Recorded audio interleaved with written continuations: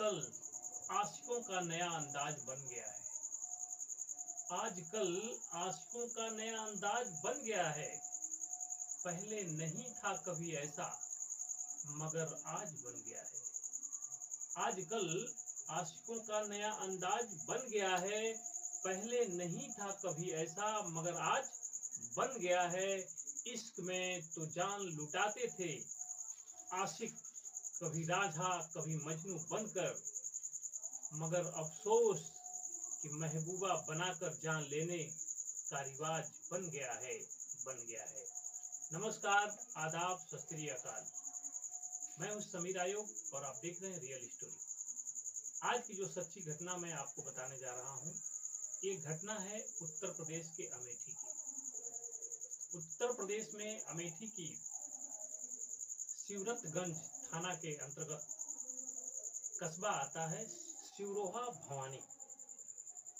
उसी के पास सिरोहा भवानी के इलाके में 3 अक्टूबर को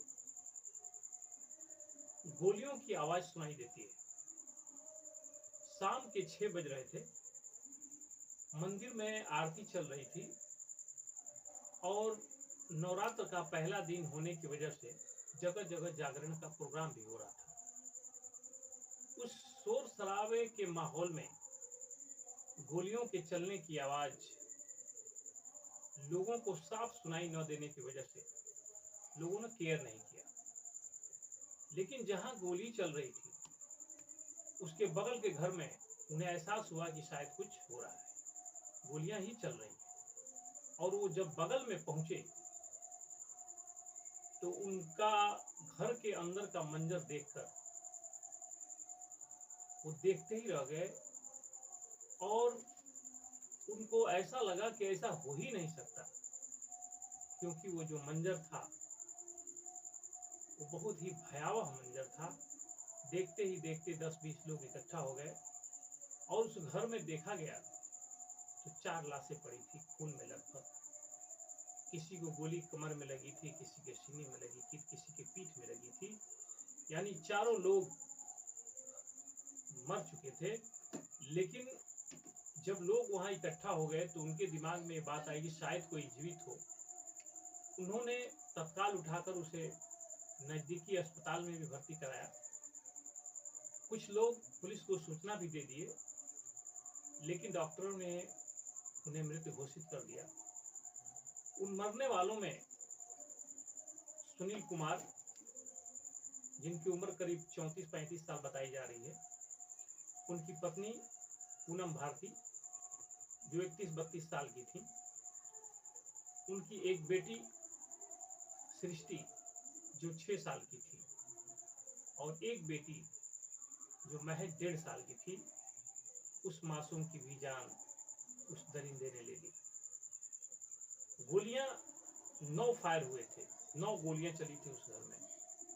यानी उसके माँ बाप को 3-3 गोलियां लगी थी और बच्चियों को भी 1-1 गोलियां लगी थी। लेकिन वो दरिंदा वहां से निकल चुका था। किसी ने मौके वारदात को उसे देखा नहीं कि कौन गोली चला रहा है, इसलिए कोई गवाह नहीं था, चश्मदीद नहीं था। पुलिस को कोई भी सूचना नहीं मिल पा रही थी कि आखिर में इस वारदात को अंजाम कौन दिया है। और ये भी एक बात थी कि वहां कोई सीसीटीवी कैमरा नहीं लगा हुआ था जहां ये लोग किराए पर रहा करते थे। सुनील कुमार किराए पर ही रहते थे, किराए के रूम में अपने परिवार के साथ रहते थे। वो एक प्राइमरी स्कूल में टीचर थे। वो बहुत ही गरीब परिवार से आते थे, लेकिन बहुत ही सम्मानित व्यक्ति थे। सबसे सलाम दुआ किया करते थे, सबसे अच्छे से मिलते थे, क्योंकि वो एक गरीब परिवार के होने के बावजूद उन्होंने अपनी पढ़ाई लिखाई के मेहनत के दम पर पहली बार उन्होंने पुलिस की नौकरी पाई थी और उस नौकरी को त्याग पत्र देने के बाद उन्होंने अपनी टीचर की नौकरी को स्वीकार किया। और वो काफी मेहनती व्यक्ति थे, लेकिन उनका कोई दुश्मन भी नहीं था। पुलिस जब पूछताछ कर रही थी तो गांव के लोग एक ही चीज बता रहे थे कि वो व्यक्ति बहुत ही सीधे साधे अच्छे इंसान थे, उनका किसी से दुश्मनी नहीं है। लेकिन पुलिस इन लाशों का पोस्टमार्टम कराने के बाद जब ये पड़ताल कर रही थी तो उन्हें एक सूचना मिली कि अगस्त में 18 अगस्त को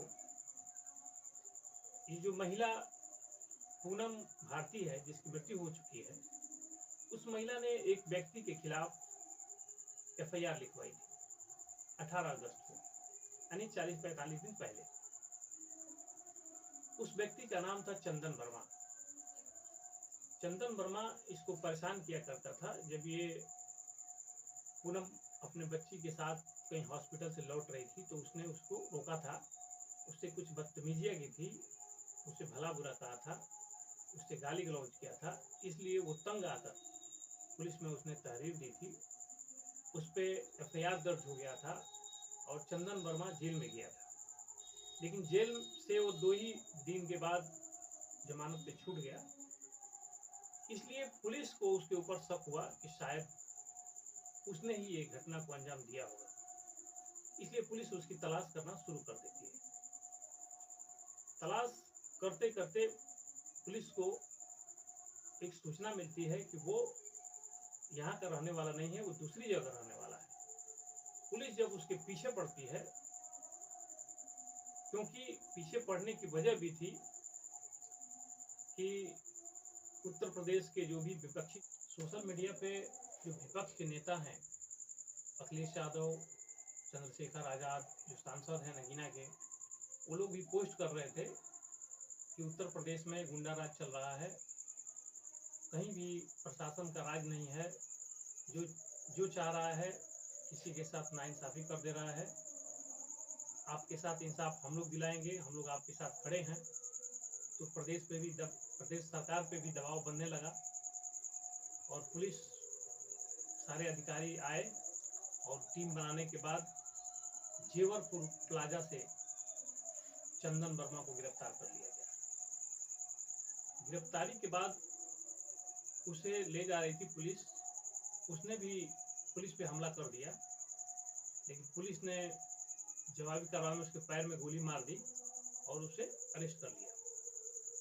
पुलिस के अरेस्ट में आने के बाद चंदन वर्मा से जब पूछा गया कि तुमने ये हत्या क्यों की,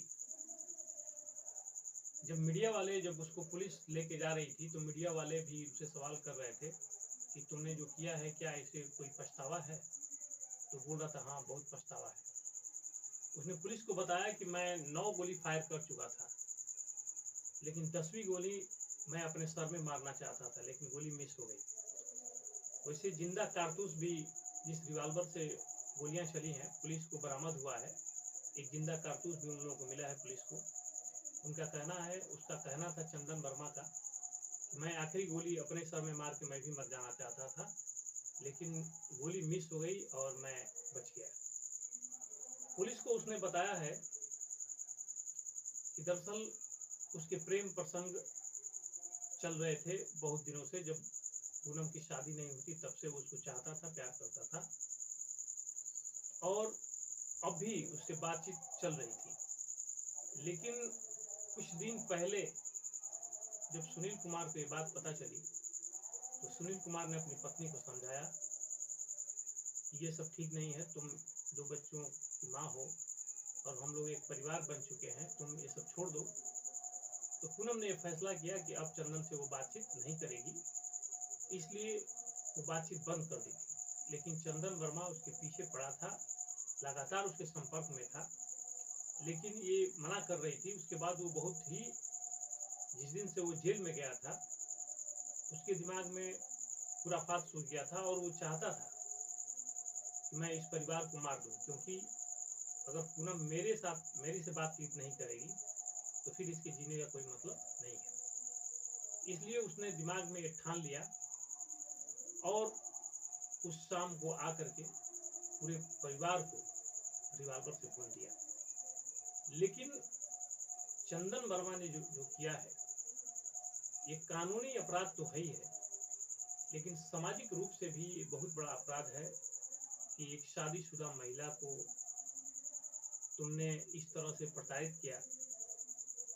उसके साथ जो नाबालिग बच्चियां थी इतनी मासूम बच्चियां थी उनकी भी हत्या कर दी। वो बेकसूर उसका पति जो मारा गया उसका भी कोई कसूर नहीं था। अगर तुमने उससे प्यार किया था और उसकी शादी कहीं और हो गई तो तुम्हें उसे त्याग देना चाहिए, क्योंकि वो किसी और की हो गई। अगर तुम में वो काबिलियत होती, वो हुनर होता, तो शायद तुमने उससे शादी कर ली होती, तो शायद वो तुमसे जुदा नहीं होती। लेकिन ये चंदन वर्मा जो भी कर रहा था, ये जबरदस्ती वाली बात थी, कहीं से ये एक्सेप्टेबल नहीं है, इसको कोई भी एक्सेप्ट नहीं कर सकता। इस समाज में इस तरह की बहुत सारी घटनाएं हो रही हैं, लेकिन उसमें भी एक ये भी शर्मसार करने वाली घटना है समाज के लोगों के लिए। इसलिए दोस्तों, अपने और अपने परिवार को बहुत ही सोच समझकर ध्यान देते हुए रखना है और अपनों का ख्याल रखना है। दोस्तों, अगर हमारे चैनल पर आप नए हैं तो इस चैनल को सब्सक्राइब करें, फॉलो करें, और ये जो घटनाएं आप तक हम पहुंचा रहे हैं इसमें मदद करें। तब तक के लिए धन्यवाद। सत्यमेव जयते।